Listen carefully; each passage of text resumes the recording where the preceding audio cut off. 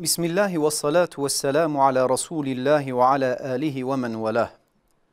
تم عقد الملتقى السادس للعلماء بعون الله وتوفيقه بناء على العروض التقديمية والتقييمات والمشاورات. اتفق المشاركون الأجلاء على نقط تالية. أولا، كون هدف وحدة المسلمين ليس بسهل المنال حقيقة من نوع يفوق التفسير.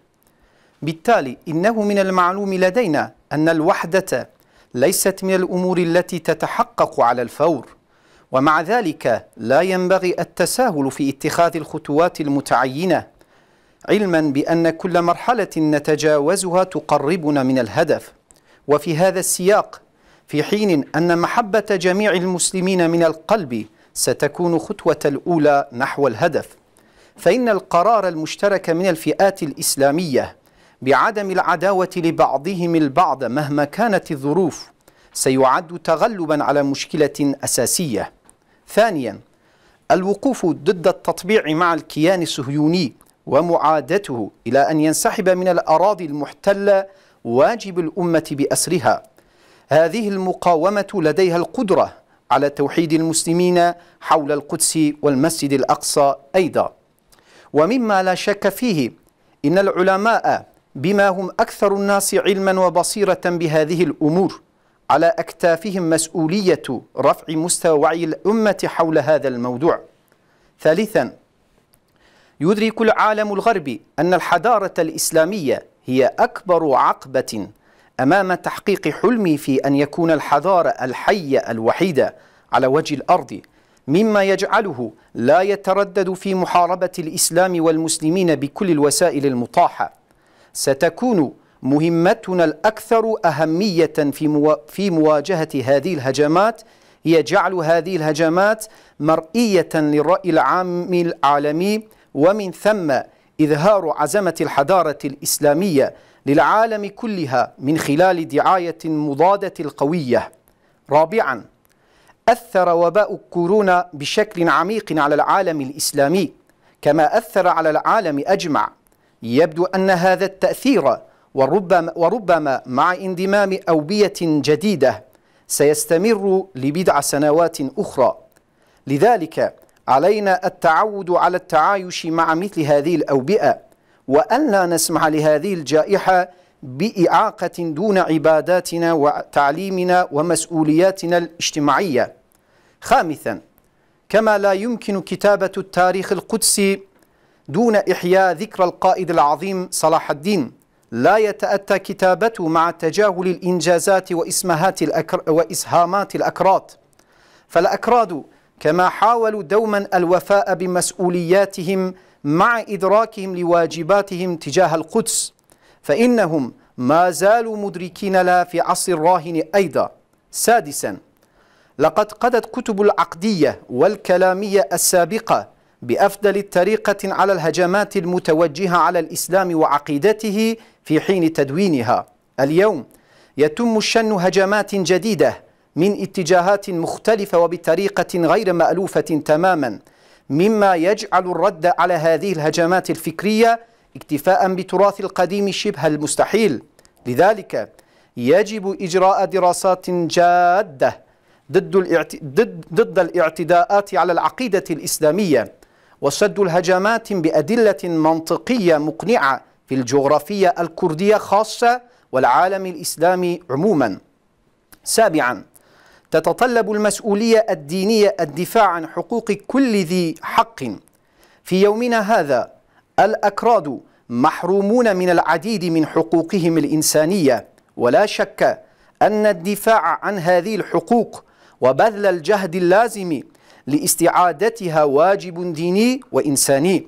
سابعا، بينما يفتح التشتت والخلاف الباب أمام كل أنواع الشر، تفتح الوحدة والتدامن أيضا أبواب الخير العظيم. وبهذا المعنى فإن دور العلماء بالنسبة للأكراد لا يمكن الاستهانة به للوصول بالأكراد إلى نقطة يمكن فيها حل نزاعاتهم الداخلية من خلال التحاور. ولا شك أن أصحاب السلطة والقادة مسؤولية كبيرة لتفعيل دور العلماء هذا.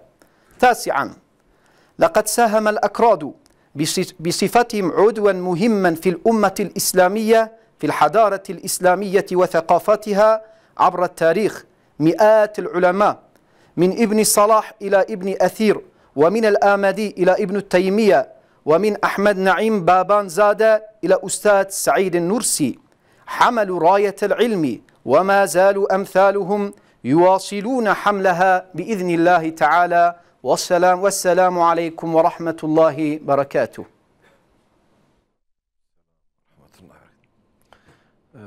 بله قال لي تماشباني هجا قال لي ميواني عزيز دانزانا انجام نامه بعربي هات دياري كرن آنها جي دانزانا انجام نامه امي بلسان كردي وبي دياري كرن امي روي حسب بكن روي غداري بكن معلوم اف دانزانا انجام نامه بله كرم بكن.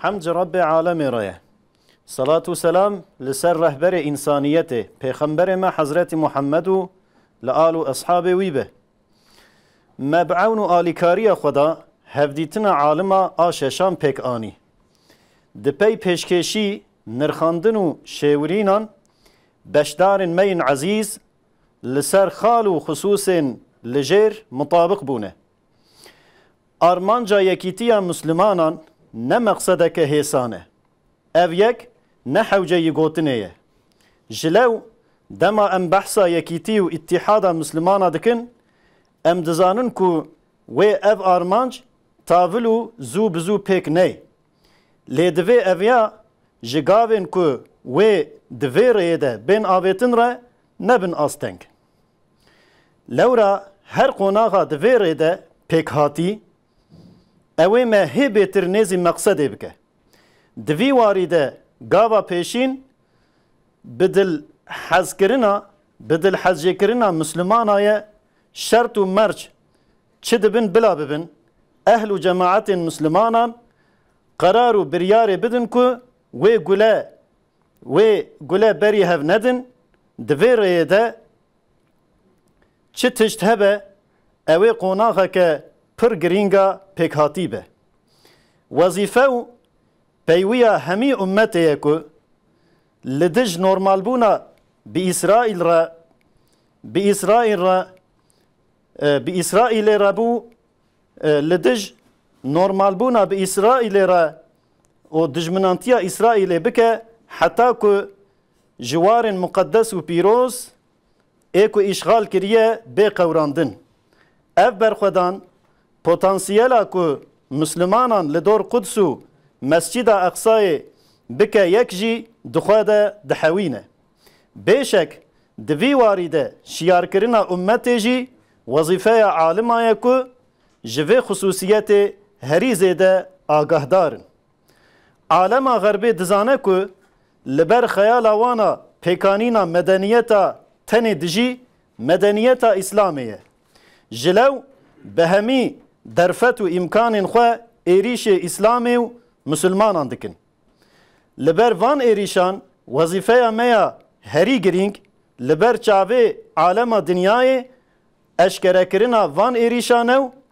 پاشه جی به پروپاگاندا که قوی لهمی جهان نشانداینا مزنانتیا مدنیتا اسلامیه پاندمیا کووید 19 چوا دنیای خستیه بن باندورا خواه بشکل کی دجوار لما و جواکا مجی تأثیر و باندور دکه و ها خو یاد بکو و اف باندور چند سالین دنجی بردوام بو بلکی به پاندمی نو اف روش دور و دریج ببه جبر وی یکی دوی مرف خواه هینی جیانا به روشا پاندمی بکو مرف نهیله که اف پاندمی عبادت و علم و تدریس و مسئولیت مین جواکی لپاش بهیله چاوا بی بحثا فرماندار مزن صلاح الدین ایوبی نفساندنا تاریخ قدسی نممکنه بی بحثا کردان جی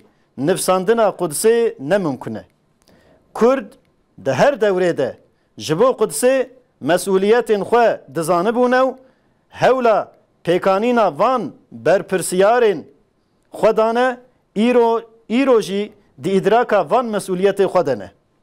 Kitabên me yên eqîde ê berê di dewrên xwe de cewab û bersivên xweşik dane êrişên bi ser îslam û baweriya îslamê de. Lê îro bi şeklekî pir cida êrişên nûn tên kirin bi ketêbên me yên klasîk nemimkun e ku meriv bersivê bide van êrişê îroyîn. Ji lew weka li her derê dinyayê divê li coğrafyaya Kurdan jî li ber van êrişên bi ser baweriya îslamê de xebatên ciddî bên kirin, evan êrişa bi delîlên mantiqiyên qane dikin gerek bêne berteref kirin. Mesuliyeta dînî pêwiz dike ku meriv parastin û müdafaa heqê her kesî heqdar bike. Îro Kurd ji gelek aliyan ve ji heqên însanî mehrûmin. Parastina van heqan, hewldayîna hewceyiya ji bo lêvegerandina van heqan wacibeke dînî û însanî ye. Ji hev perçebûn û tefrîqa deriyê her xerabiyê vedike. Yekîtî û pevrebûn jî bi heman şiklî deriyê xêrên mezin vedikin. Ji lew ji bona Kurd bigihêjin asteke ku wê karibin dubendiyên navxweyî behs bikin û çareser bikin, roleke mezina aliman heye. Bêşek ji bo alim vê rola xwe pêk bînin mesuliyetên ehlê rêber û riyasetê hene. Kurdan wek endamekî ummeta İslamê di tarîxê de xizmet û kedkariya İslamê û kulliyata kultura İslamê kirine. Ji İbn Salah heta İbn Esîr, ji Amidî heta İbn Teymiye o di dewra me de jî Babanzade Ehmed Naim heta Ustadê Saîdê Nursî bi hezaran aliman ala ilmê hilgirtin ew îro jî ew ê hilgirtina vê alayê bidomînin înşaallahu teala. Aleyküm selam. Bele danezana encamnameyê bi zimanê Erebî û Kurdî hat diyarî kirin. Ana jî bi zimanê Tirkî wê bê diyarî kirin. Em ê tev bi hevrê lê guhdarî bikin inşallah. Şeytanirracim. Bismillahirrahmanirrahim. Elhamdülillahi Rabbil alemin. Vessalatu vesselamu ala Resulina Muhammedin ve ala alihi ve sahbihi ecma'in. Rabbimizin yardım ve tevfikiyle alimler buluşmasının 6.sını gerçekleştirdik. Yapılan sunum, değerlendirme ve istişareler sonucunda saygıdeğer katılımcılarımız aşağıdaki hususlarda mutabık kalmışlardır. 1. Müslümanların birliği gayesinin kolay bir hedef olmadığı gerçeği herkesin malumudur. Dolayısıyla Müslümanların birliği ve ittihadından bahsettiğimizde bu hedefin hemen gerçekleşmeyeceğini bilmekteyiz. Ancak bu durum o yolda atılacak adımlara engel olmamalıdır. Çünkü bu yolda aşılacak her merhale bizi hedefe daha da yaklaştıracaktır. Bu çerçevede tüm Müslümanları kalben sevmek bu yolda atılacak ilk adım olacak iken şartlar ne olursa olsun Müslüman kesimlerin birbirine düşman olmama konusunda alacakları ortak bir karar bu konuda aşılmış çok önemli bir merhale olacaktır. 2. Siyonist İsrail'le normalleşmeye karşı direnmek ve işgal ettiği mukaddes beldeleri terk edinceye kadar Siyonist İsrail ile düşmanlık tüm ümmetin görevidir. Bu direniş aynı zamanda Müslümanları Kudüs ve Mescid-i Aksa etrafında birleştirme potansiyeli de taşımaktadır. Hiç şüphesiz bu konuda ümmeti uyandırmak da bu hususların en çok farkında olan ulemanın görevidir. 3. Batı dünyası yaşayan tek medeniyet olma hayalini gerçekleştirme konusundaki en büyük engelin İslam medeniyeti olduğunun farkındadır. Bunun için de elindeki tüm imkanlarla İslam'a ve Müslümanlara saldırmaktadır. Bu saldırılar karşısındaki en önemli görevimiz bu saldırıları dünya kamuoyu nezdinde görünür kılmak ve sonra da güçlü karşı propagandalarla İslam medeniyetinin büyüklüğünü tüm dünyaya göstermek olacaktır. 4. Covid-19 salgını tüm dünyayı etkilediği gibi İslam dünyasını da derinden etkilemiştir. Öyle görünüyor ki bu etki birkaç yıl daha devam edecek ve belki yeni salgınlarla bu iş sürüp gidecektir. Dolayısıyla bu tip salgın hastalıklarla beraber yaşamaya alışmalı ve bu salgının ibadet, ilim, tedris ve sosyal sorumluluklarımızı aksatmasına müsaade etmemeliyiz. 5. Büyük komutan Selahaddin Eyyubi anılmadan nasıl ki Kudüs tarihini yazmak mümkün değilse, Kürtler anılmadan da Kudüs'ün tarihi yazılmaz. Kürtler her dönemde Kudüs'e karşı mesuliyetlerinin farkında olarak bu sorumluluklarını yerine getirmeye çalıştıkları gibi bugün de bu sorumluluklarının şuurundadırlar. 6. Geçmiş akide kitaplarımız kendi dönemlerinde İslam'a ve İslam inancına yönelen saldırılara en güzel şekilde cevap vermişlerdir. Bugün ise bambaşka yönden yeni saldırılar yapılmaktadır. Bugünkü saldırılara salt klasik metotlarla cevap vermemiz kafi değildir. Dolayısıyla tüm dünyada olduğu gibi Kürt coğrafyasında da İslam inancına yönelik saldırılara karşı ciddi çalışmalar yapılmalı ve saldırılar ikna edici mantıki delillerle savuşturulmalıdır. 7. Dini sorumluluk her hak sahibinin hakkını savunmayı gerektirmektedir. Bugün Kürtler de birçok insani hakkından mahrum bulunmaktadır.